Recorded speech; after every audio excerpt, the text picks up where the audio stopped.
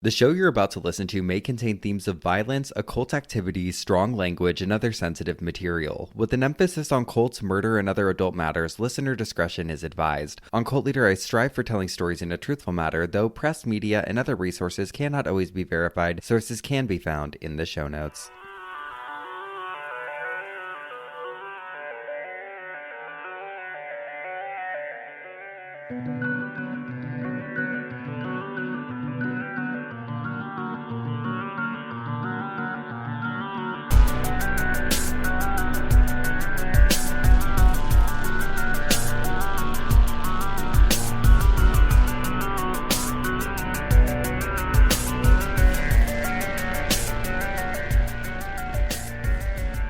Hello and welcome back to Cult Leader. I'm your Cult Leader, Spencer Henry. And you guys, you already know, I have been fully back into my Lifetime movie era. And today's case was once again inspired by a lovely little made-for-television picture called Precious Victims. You guys, it was everything. Picture this. We've got a 90s mom, okay? 90s mom, Park Overall, the star of another recent case we covered, driving a big truck down a dirt road. She got a cigarette in her hand, honey, okay? She's going to go drive down this dirt road. She's going to pull up and she's going to announce that she is pregnant. I mean, does it get any better than that? A 90s mom trucking down the road, dart in hand. It's incredible. Now, today's episode, we're actually going to start in Brighton, Illinois. That's where the true story begins. At least in 1986, when this story begins. This was the kind of place where life moved slowly, predictably, some might say. A small farming town tucked amongst rolling stretches of cornfields and gravel roads, right? People are driving their pickup trucks, rumbling down the two-lane roads, and when two drivers pass each other, they lift their hand up. You know what I'm talking about, that little wave you get, which, pause, it's one of my favorite things about living in the South, and it's something I must have taken for granted, but in LA, people don't do that. Okay, here everyone fucking waves. When we walk our dogs, it's like a parade. I love it. Everyone is, hello, how's it going? Thank you. You know what I'm talking about? So be grateful for that if that happens where you live. But you know where this is going, our traditional quip. The doors aren't locked in this town during the day, okay? We've talked about these types of towns many a time on this show. It's a quiet place where nothing bad ever really happens till it fucking does. And that brings us to the Sims' home. It's a modest rural house surrounded by open land, and it's sat just outside the small town center. A narrow road ran past the property, bordered by fields that stretched out towards the horizon. I feel like everywhere you look, you're just seeing open land. Okay, and at night, the countryside went dark, except for the occasional porch light glowing against the black sky. Inside of that house, life had recently changed. Just 2 weeks earlier, a 27-year-old woman named Paula Sims had given birth to her first child, a baby girl named Lorelei. 13-day-old Lorelei spent most of her time asleep, wrapped snugly in her blankets inside of the bassinet beside her parents' bed. When she cried, Paula would lift her carefully, rock her back and forth. Paula was still adjusting to life with a newborn. You know, the sleepless nights, the constant feeding schedules, the anxious watchfulness, we'll say, that comes with being responsible for a fragile new life. I mean, all of a sudden you have this thing that depends on you for literally everything. 27-year-old Paula was known by neighbors as quiet and reserved. She had grown up across the river in Missouri, the only girl among two brothers. And people who knew her when she was younger described her as shy, sometimes intense, someone who tended to keep her thoughts to herself a lot of the time. She wasn't loud or attention-seeking by any means. If anything, she seemed inward, private. And now she was a first-time mother. And like many new parents, she seemed overwhelmed by the experience, but also really devoted.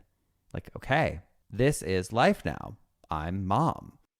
Her husband, Robert, was often gone for long stretches of the day because he worked really long hours. And Robert was this super steady, practical guy. Okay, Robert had served in the U.S. Navy before returning home and settling back into civilian life. And people who knew him described him as rather quiet, too. He was not the type to draw attention in a room. Okay, he's not the loud guy at the bar. He was more so the overalls and dirty fingernails kind of guy, the one who went to work, came home tired, and focused on taking care of his family. It's the white feather hawk-tailed deer hunter of it all, if you will. Now, from the outside, their life looked rather ordinary until the night everything changed. It was late into the evening on June 17th of 1986 when Paula made a frantic phone call to police. Her voice was shaking. She was crying so hard it was difficult to understand her, let alone for her to catch her breath. The dispatcher tried to calm Paula down, asking her to slow down, explain. What happened? Well, according to Paula, a masked man had broken into the house. She told police she'd been inside with her daughter, her baby, her newborn, when the intruder suddenly appeared. The man was wearing a mask, and he confronted her inside the home without any sort of warning whatsoever. He forced her onto the floor and ordered her not to move. And then, just as suddenly as he arrived, he was gone. No drawn-out struggle, no furniture overturned, no signs that the house had been ransacked. What was he after? He had simply come and gone. When Paula finally got up off of the floor, she's like, okay, it seems clear. It feels safe. She realizes something is terribly wrong. She rushes over to the crib where Lorelai had been asleep, and the crib was empty. Lorelai had vanished. The report of a kidnapped newborn set off an immediate response. Of course, deputies from the Jersey County Sheriff's Department rushed to the Sims' home outside of Brighton. Investigators began immediately taking statements and examining the house while patrol cars started combing the nearby roads, looking for any sign of trouble, anyone that seemed maybe out of place or like they were lost. In a small rural county, word travels fast. By the next morning, the quiet farmland surrounding the Sims' property had transformed into the center of a massive search effort. Volunteers began arriving almost immediately. Neighbors from nearby farms, firefighters from all the local departments, and residents from surrounding towns even showed up to offer help. I mean, this is any parent's worst nightmare.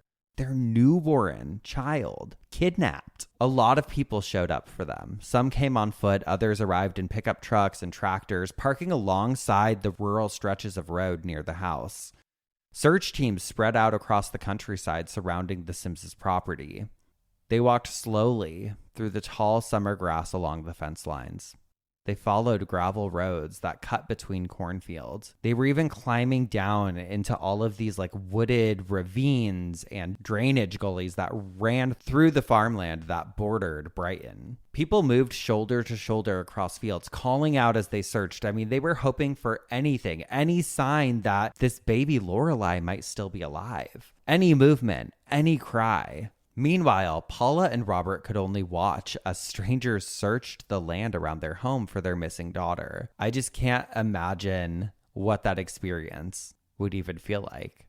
It's heartbreaking. Before long, of course, the story drew the attention of the media. And then in addition to all of the volunteers that are around, we have television crews and newspaper reporters swarming the house, all of them arriving in this small farming community. Cameras filmed the search efforts as volunteers were walking through fields and along those wooded creek beds. Reporters interviewed investigators and neighbors while police continued trying to piece together what had happened inside of the Sims house that night. Within days, as you can imagine, the story was everywhere, and it had spread well beyond Southern Illinois. A newborn baby kidnapped from her own home by a masked intruder. I mean, that's the kind of crime that would frighten anyone anywhere. You hear something like that happening and it just sends chills down your spine. It was the kind of story that made parents double check their doors at night, hold their children a little closer. During interviews with reporters, Paula and Robert both appeared just shaken. And who can blame them? The rug had been swept out underneath them. Robert stood close behind his wife as cameras rolled, often answering questions alongside her. When reporters asked about what happened, he calmly repeated the same account that Paula had given investigators. A masked man had come into their home. He had taken their newborn baby girl. No idea why. Hours turned into days, passing by with no sign of Lorelai. Searchers continued combing through the countryside around the Sims home, expanding the search farther out into nearby woods and other farmland. And then about a week later, the search ended in tragedy. Not far from the Sims house, only about 150 feet away, investigators made a heartbreaking discovery in a wooded ravine near the property. Searchers found human remains that authorities believed belonged to Lorelai, but the discovery brought very few answers. It's just beyond sad. Time and exposure to the elements had taken a heavy toll on the remains. The infant's body was already badly decomposed, making it really difficult for the medical examiners, especially then, to determine exactly what had happened. Investigators could not identify any clear signs of injury. They couldn't determine exactly how the baby had died. And with so little physical evidence available, the investigation quickly comes to this standstill, right? Paula's report of a masked intruder remained the only explanation that anyone had, but there were no witnesses, no suspects, no clear indication of who might have entered the house that night or why. I mean, was this somebody who knew them, knew they had a baby in there? Is there really just a psychopath that broke into their house to steal a newborn child just to kill them? All they had was the tragic discovery of an infant's remains in a ravine behind the family home. As those weeks turned into months, the search for answers produced little progress, and eventually the case began to fade from the headlines. People lost interest. Over time, the case drifted quietly into the background, becoming another unresolved mystery in a rural county that had rarely seen crimes like this before. What remained were the questions that no one in town could answer. What happened to Lorelai Sims? Who kidnapped her? Who killed her? Was the body in a ravine actually hers? And perhaps most unsettling of all, were the doubters. Was the kidnapping story even true? For the Sims family, the tragedy was obviously impossible to escape. At some point after the investigation stalled, Paula and Robert decided, we need to get out of here. Okay, they wanted a fresh start because their house where they had lived with their newborn daughter had become tied to the worst, most traumatizing moment of their lives. Every room in that home carried the memory of what had happened there, seeing the baby clothes, the food, the bottles. It's gutting.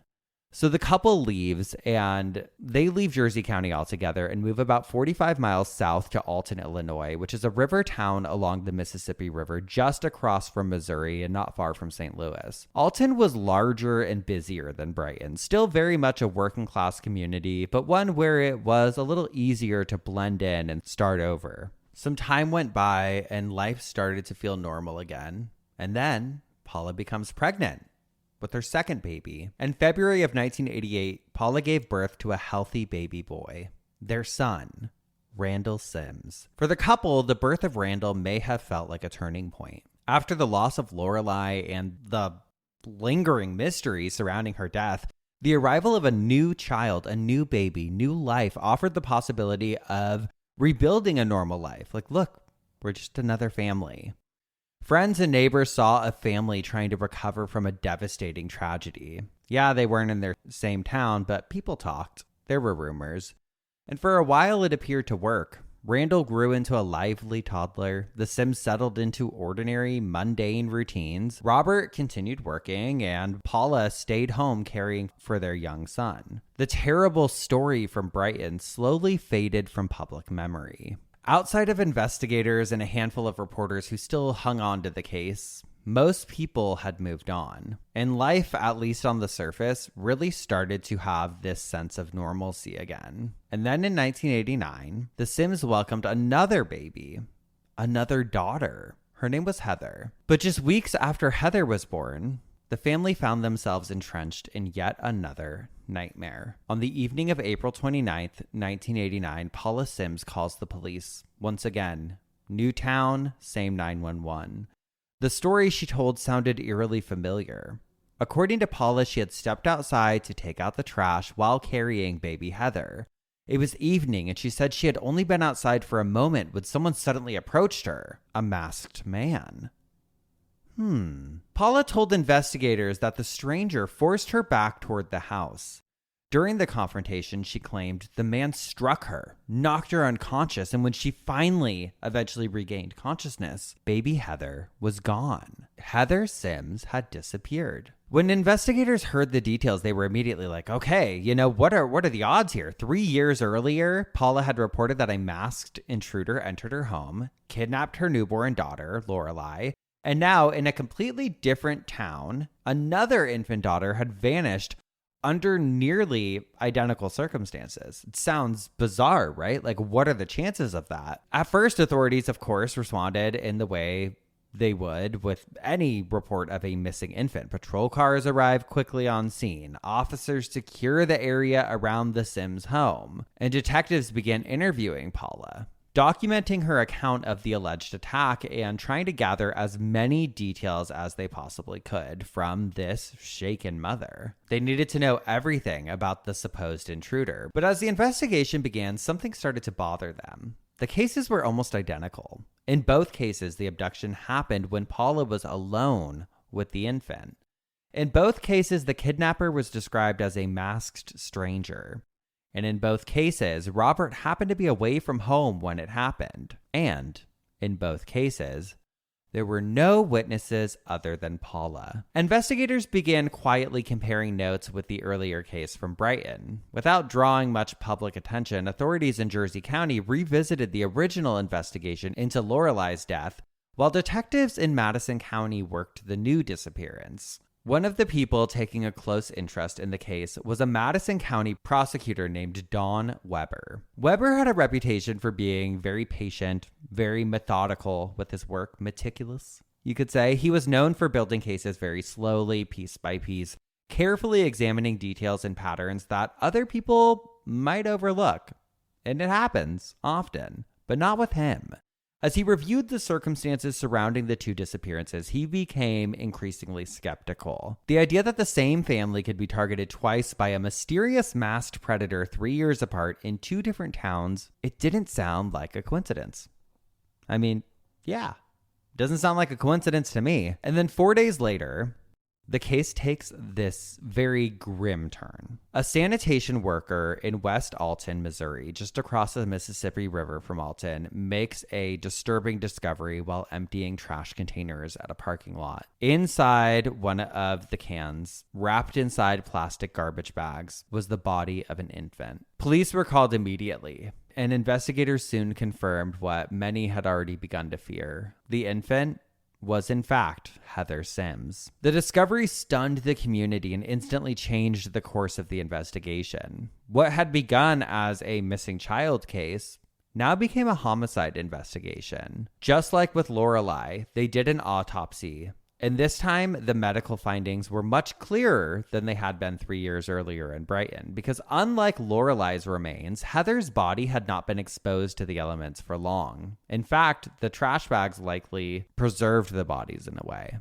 Medical examiners concluded that Heather had died from suffocation. Detectives who had already begun uneasy about Paula's story began focusing their attention directly on her. Obviously, right? She was the only common denominator between these two deaths, homicides. The details of the alleged abduction were now being re-examined much more critically, and with Paula as the suspect. I mean, the similarities between the two cases became impossible to ignore, because in both situations, again, Paula had been the only adult present with the baby. In both situations, she described a masked stranger appearing suddenly and disappearing without leaving any sort of trace whatsoever. And now, in the second case, the baby had been found discarded in a trash container wrapped in plastic. The grieving mother was no longer being treated only as a victim. She had become the primary suspect in the murder. Authorities also made another immediate decision. Concerned about the safety of the couple's remaining child, officials removed Randall Sims, who was now a toddler, from the home, and they placed him under protective supervision while the investigation continued. At the same time, detectives began reconstructing what they believed had actually happened. They retraced Paula's movements on the night Heather disappeared. They examined the timeline of events. They revisited the statements she had given to police and compared them to the physical evidence that had now been recovered from the scene. And eventually, investigators reached a conclusion. Paula Sims was arrested and charged with first-degree murder in the death of Heather. She was also charged with concealing a homicidal death and obstructing justice for the way the baby's body had been disposed of. And suddenly, she went from a victim in the headlines to a monster. In 1990, Paula Sims went on trial for the murder of her infant daughter, Heather. And when Paula took the stand, she repeated the story she'd been telling since the beginning. She didn't shake. The masked man, the intruder who appeared without warning. The voice she claimed she would recognize if she ever heard it again. Paula was insistent that the same mysterious attacker had taken both of her daughters. It's the same guy, I swear it. But the prosecution had spent months preparing to dismantle that narrative. They argued that Paula herself had killed both children. Witnesses were called who described Paula's attitude during her pregnancies. Some testified that she had spoken openly about wanting a son and seemed disappointed when she learned she was having girls. Eerie, considering only their son survived. One man who had actually worked with Paula at a supermarket testified at the trial that she once said she didn't want daughters because girls would be too much trouble. It was those little statements that she'd made, statements that you wouldn't think twice of. Until something like this happens. Another woman who had shared a hospital maternity room with Paula after Lorelai was born recalled Paula crying and expressing regret that the baby wasn't a boy. Also, nothing abnormal, right? There's definitely preferences people have. But again, when something like this happens, you start to remember those details and look at them a little differently. Investigators also started to point out inconsistencies in Paula's account of the abductions. Detectives testified about contradictions in her timeline and details that just didn't really match up with the physical evidence that they found. There was no evidence of forced entry in either incident. No witnesses had seen a suspicious man in the area. There was no fingerprints, footprints, no physical evidence that supported the existence of a masked intruder. Well, that's because the masked man didn't exist. By the end of the trial, jurors were left with one question. Was Paula Sims telling the truth, or had she simply invented an entire story? After just 2 days of deliberations, the jury returned to the courtroom with their answer. Paula Sims is guilty. She was convicted of first-degree murder in the death of Heather. And she was also convicted of concealing a homicidal death and obstructing justice. After the trial ended, something unexpected happened. Privately, Paula admitted the truth to her attorney. The horrifying truth that she had killed both of her daughters. But she insisted on one point above all others. Robert, her husband, had nothing to do with it. The case then moved into the sentencing phase, and prosecutors wanted the death penalty. They argued that the murders of 2 infant children qualified as an especially brutal crime, I'd say. The jury agreed that the case met the legal standard that made Paula eligible for execution. I mean, hell, she had admitted it herself now. But when it came time to decide whether she should actually be put to death, the jurors couldn't reach a unanimous decision. The panel became, pun intended, deadlocked. With no agreement on the death penalty, the judge imposed the only remaining sentence available, life in prison. Paula was sent to the Logan Correctional Center in Illinois, where she spent the next several decades behind bars. Over the years that followed, Paula continued speaking about the case, and eventually she began claiming that she had been suffering from postpartum psychosis, a rare but severe mental disorder that can occur just after childbirth. The condition that can cause hallucinations, delusions, paranoia, profound breaks from reality. I mean, we talked about this super recently, actually, when we talked about the case of Andrea Yates, right? Paula's attorneys later argued that the disorder may have influenced her actions when she killed the babies. And the courts reviewed those claims multiple times over the years through appeals and post-conviction petitions. But the conviction itself remained in place. Robert tried to move on, along with his son Randall. But in 2015, another tragedy struck the Sims family. Robert and Randall had been driving when they were killed in a horrible car crash in Mississippi. Their Jeep was forced off of an interstate overpass, sending the vehicle plummeting down from the roadway, killing both of them instantly. Randall was 27 years old, the same age Paula was when she had Lorelai. The Sims family was effectively gone, only Paula surviving. But then here's another twist. After serving more than 3 decades in prison, Paula Sims is no longer behind bars. In March of 2021, Illinois Governor J.B. Pritzker granted her clemency. The clemency decision did not immediately free her, but it changed something critical. It made Paula eligible for a parole hearing, something her original life sentence had not allowed. That decision opened the door for the Illinois Prisoner Review Board to reconsider her case for the first time since her 1990 conviction. In the years leading up to the hearing, psychologists evaluated Paula. They testified that she had likely been suffering from postpartum psychosis when the killings occurred. Supporters argued that postpartum psychosis had been poorly understood in the late 1980s and that the condition had never been properly presented during her trial. So, after more than 30 years of incarceration, the Prisoner Review Board held a lengthy parole hearing. The session lasted over 3 hours, during which psychologists, attorneys, and supporters testified about Paula's mental health history and her behavior during her decades behind bars. Prosecutors strongly opposed the release. Madison County State's Attorney Tom Haynes submitted a detailed letter urging the board to deny Paula Sims parole.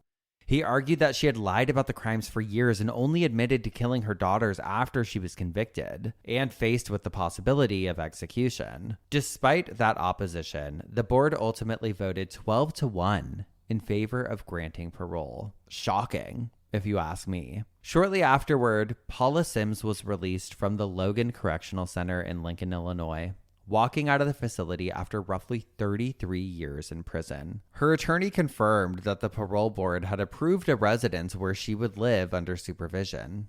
And today, she lives outside prison under Illinois parole supervision, which requires regular reporting to parole officers and compliance with conditions set by the state. Details about her exact location have not been publicly disclosed, which, is obvious in a case like this. It's very controversial, right? Even now, the case still causes debate about the role of postpartum psychiatric disorders, criminal responsibility, and whether someone convicted of killing 2 newborn children should ever be released. And if you ask me, I say abso-fucking-lutely not. Okay? Abso-fucking-lutely not. And I know some people might say, oh, that's harsh. I feel for her. If she was dealing with postpartum psychosis, that's fucking tragic. But in a case like hers, I don't know if I buy it. One, and what am I, a dumb bitch with a microphone? He's no expert. But I don't know if I buy it, because why just with her daughters and not the son? Again, I guess I don't have a full understanding of it. If not behind bars for the rest of her life, she needs to be committed to a facility for the rest of her life. There is no fucking way in hell she should just be out. I don't care.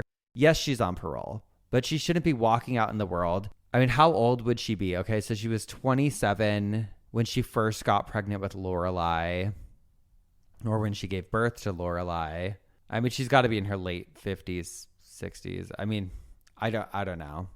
I don't know if she's capable of ever getting pregnant again. I doubt it, and hopefully not. But if it was a younger woman, for instance, I'm like, okay, well, if you're going to release them into the world, sterilize them. Like, I'm so fucking serious. I think it's crazy. I think, okay, when you hear the Andrea Yates case, there was a lot of discourse going on after that episode came out talking about Rusty Yates' responsibility, Andrea Yates' husband. Her case seems to me like a more cut and clear situation as to what was going on. Granted, it happened years or almost 2 decades after the Paula Sims case, so we knew a little bit more about postpartum psychosis. But the fact that there was no inkling anything was going on, she hadn't confided to a single friend, to her husband, anything. And I'm not saying that people suffering from postpartum depression, that some people don't just hold it all inside. That absolutely happens. But the fact that nobody could pick up on anything is rather eerie to me. And just based on some of the statements that she had made in the past, I don't know. I know I am not the person that's like, well, with rehabilitative efforts and blah, blah, blah, and prison should be rehabilitation, blah, blah. Agree on some level in pertaining to some crimes, but I think certain times people absolutely should be locked up for life and locked away from society forever. And I will die on that hill. With her case, I wasn't in the courtroom. I'm not a psychologist. I can't break down exactly what she was experiencing at the time. Miraculously, this didn't happen with her son. So I don't know. Curious to hear your guys' thoughts on this one. But that is where we're going to leave things for the week. I will see you next time. And until next time, if you kill your newborn babies, life in prison shouldn't even be a maybe. Goodbye.